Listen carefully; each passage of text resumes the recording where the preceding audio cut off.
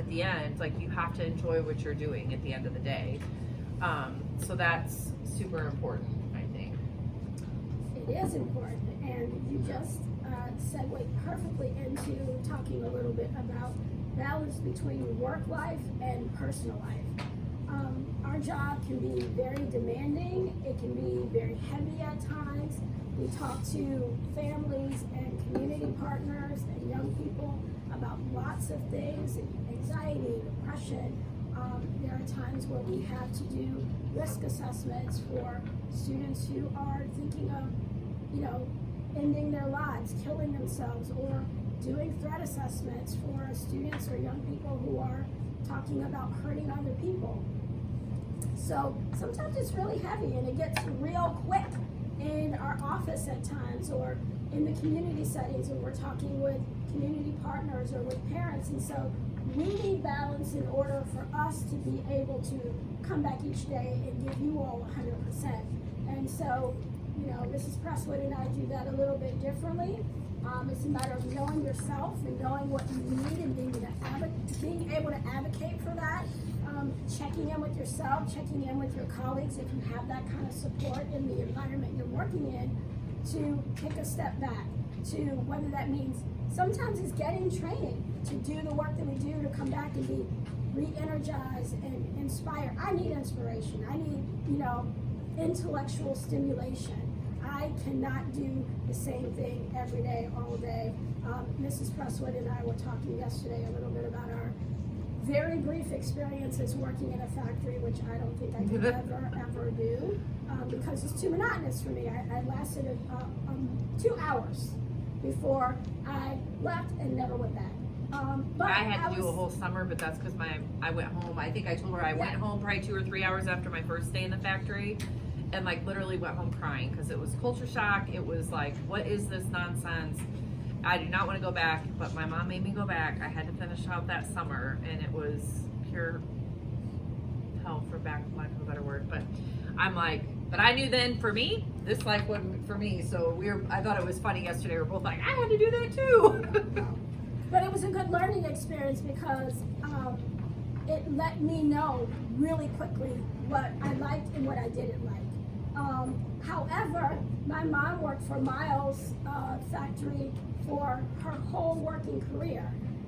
And so I knew about that, and ironically enough, I even went to kind of a walkout with my mom when I was a child. I remember standing in the snow, and they were rallying for better pay. They were rallying for their improved benefits and things like that. So that was my first exposure to something that's related to what I wound up studying many, many years later without even realizing that there was a connection between those two things. But the other thing that I like to do to balance is I don't have children. I have 2 cats, and I have lots of hobbies, including creative things like making all kinds of international foods, or I like to make my own clothes. I'm terrible at sewing, but I love to knit and crochet.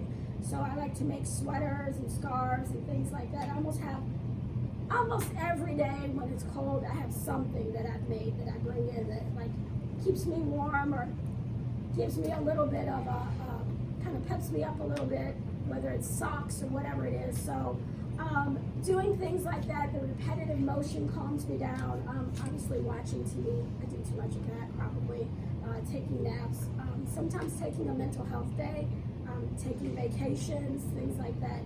All kinds of different things that you do in order to just chill out, just relax. And it's really important for, I think, both of us supporting each other, being flexible, working with a team of people that support the work that you do helps balance things out as well. Sometimes even talking about the more complex situations and students that we're working with can be helpful in not getting burned out, because then you get someone else's perspective, you get new ideas, new directions that you can take the situation or the case. So Ms. Presswood can talk to you a little bit more about how she balances work and life. A lot of the conferences and stuff that we go to, I really can't think of any conference that I've been to lately that does not have a session or an outbreak that talks about self-care and burnout. And so our field talks a lot about that, because again, we do hear a lot of heavy stuff, and as much as you learn to kind of set those boundaries and learn to try to check it at the door before you leave, and checking your own stuff at the door before you walk in, right? You know, you're still human, and sometimes that's hard, right? And so, but being able to try, you know, it's not to say that we don't go home at night sometimes worried about a kid and a situation that they're in or that they're facing, or did I do the best I could do that day, or what if I didn't do enough, you know, that we still have those situations, you know, 20 plus years of doing this, you know, that we try. I'm so thankful that I'm in a building that I get to work side by side with Miss Butler, because she's awesome, and I think we balance each other well, we work well together. But so that helps, just to even have somebody to be able to go sit in her office and be like, whew, that was really heavy, like, and have that person to be able to just process through like where you're at or what else can I do.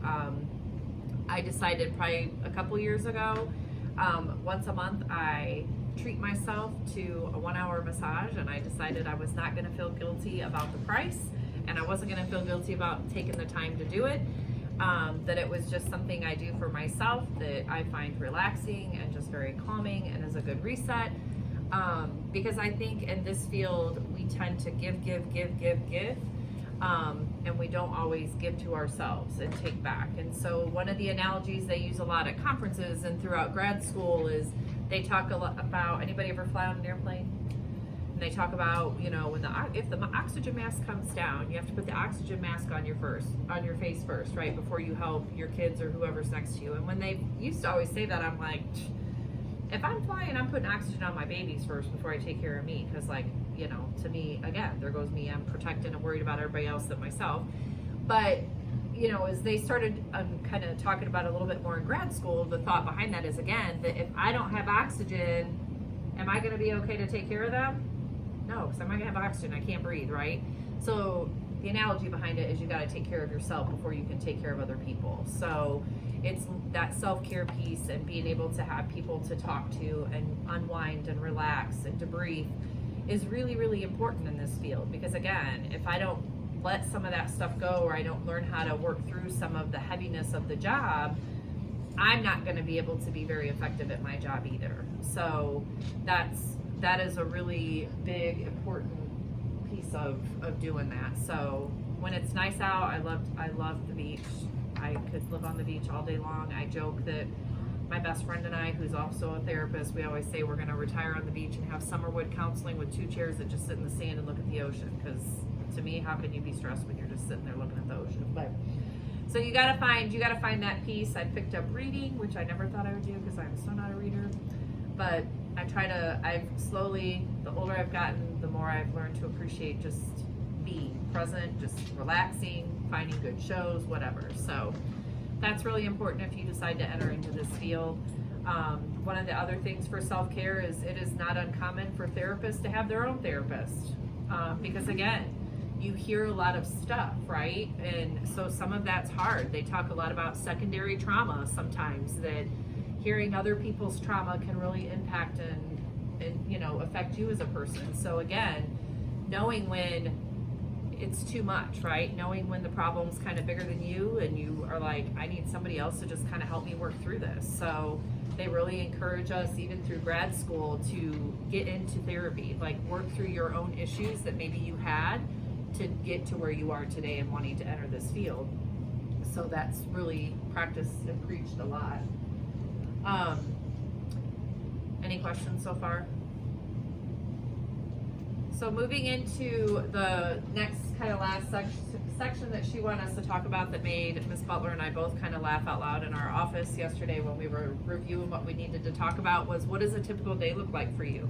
It's kind of funny for us because, like we said earlier, I think Miss Butler said it earlier, no 2 days are ever the same here for us. Like, we could come in with a plan, like, and be like, okay, tomorrow, you know, before I leave at the end of the day, I might look at my planner and be like, okay, these are the kids I didn't see today, so I gotta put them on my list for tomorrow. I've got this, I've got that. So now I kind of know what my next day is gonna look like. I come in, review it in the morning, We like to get our coffee when we can, or tea when we can do that first.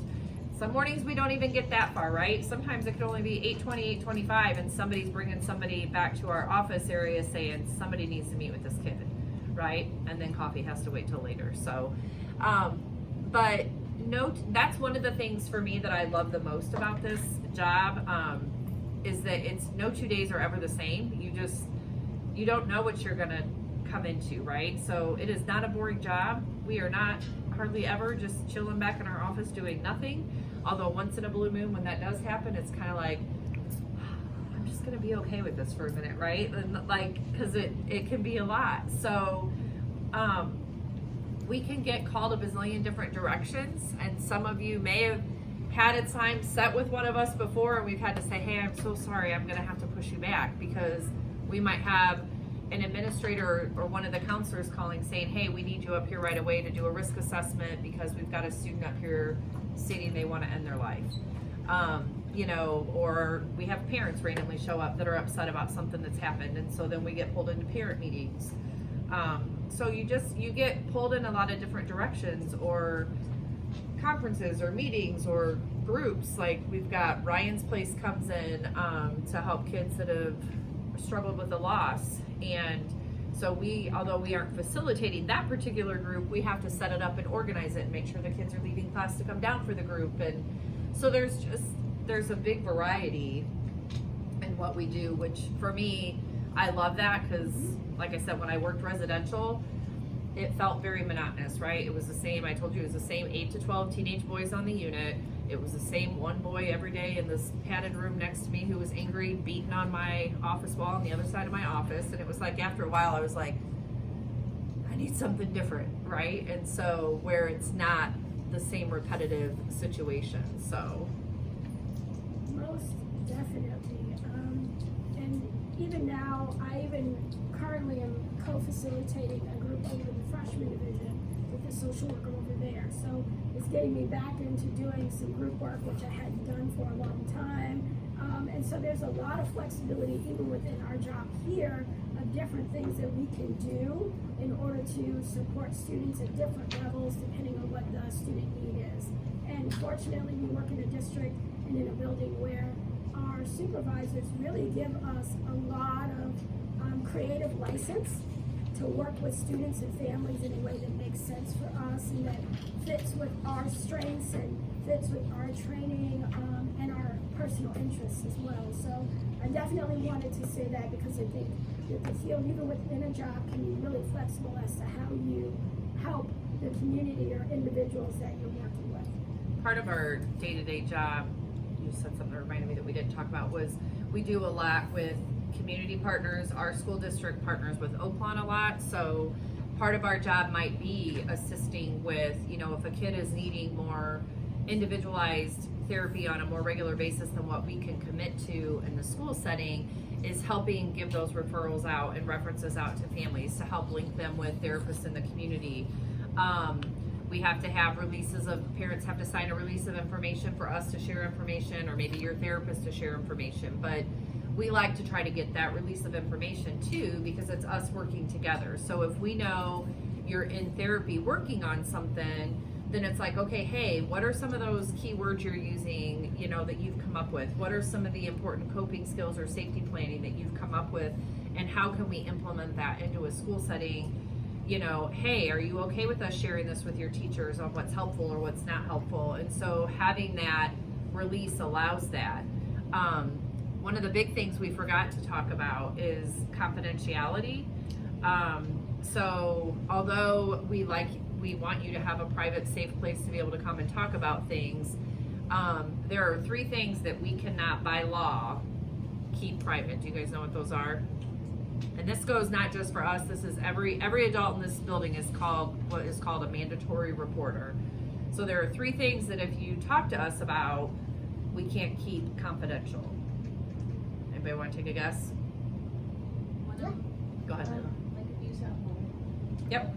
So if you disclose abuse at home, that somebody's abusing you at home, we have to make what's called a DCS report, right? Because we want to make sure, again, you're going to be safe. So any abuse at home? One of them is if you know that they're gonna self-harm So any suicidal intent or self-harming to themselves is, again, another parent call. And that one, I think, is always super hard. I know over the years I've had kids that have refused to talk to me again after I've had to call home for that. And it, that makes me so sad. Those are some of those situations I take home and struggle with.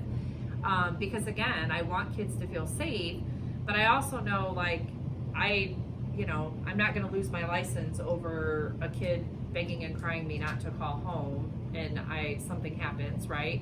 And most important for me, my biggest fear is losing a student by suicide that I'm working with, right? Like, I would never want that on my conscience, to know, like, I had been working with a kid and I was like, oh, they're not really, they're just talking, they're not gonna do it. And then I decide to just not call, and then something happens. Like, I don't know that I personally would ever be able to recover from something like that. It would be hard enough even knowing that I did everything right, but to know that I ignored that and didn't make a call, and try to get extra help or whatever, like, I personally don't know that I would ever be able to recover from something like that. Like, I would be devastated. There's one more. So somebody hurting you, you're gonna hurt yourself, hurting someone else. So I used to joke with the teenagers I worked with, it doesn't mean like, oh my God, my mom made me mad, I'm gonna I could just kill her. Like, I mean, we've all like said that out of like frustration sometimes, but like, if there's a true concern about harming somebody else or that somebody else is in danger, then we have a duty to report that as well. Yeah, I'm busy, so I have to talk to you later. So we, so that's really important. And, teachers get upset and worried about it because they're under the same reporting and kids are begging and pleading not to, but again, those are the laws, right? And at the end of the day, it truly comes from a place of, we want you to be safe, and okay. And so those are, I think we talked to the last group, that's part of the job that I don't like. Right. I don't like when I have to call child services. I don't like when I have a kid in my office sobbing, please don't call and tell my parents that I feel this way, because I know what I legally have to do. But it doesn't make it any easier to know that when I make this call, there's that potential that kid's gonna be like, screw Miss Presswood, I'm not talking to her anymore at all. But then I just kind of hope and pray that kid connects with somebody else and we'll talk with somebody else. But that confidentiality piece is important, and it comes down to safety stuff. At the end of the day. And the other piece of us letting other folks know, that's in many ways the best way for you to get the support you need, because we have only so much influence as a school social worker. So if you actually are in distress with, your mental health, whether that's depression, having suicidal ideation, a lot of anxiety, and it's making your life extremely difficult, and you can't meet the expectations you have for yourself, or that your family has for you, or that your teachers have for you. We need that parent, we need that guardian, because they're the ones who are legally responsible, and they're the ones who can get you the help that you need. We can give the parent or guardian the information, but the parent has to go to that appointment with you. The parent is the one who has to go to the doctor or the psychiatrist to get the medication for you. We can't do that as school social workers. We can't do that as teachers and paras and bus drivers and cafeteria workers. Your parent has to do that for you. And in terms of the abuse or neglect, if that's happening, it sounds silly kind of for me to say it, but the Department of Children's Services, they got more juice than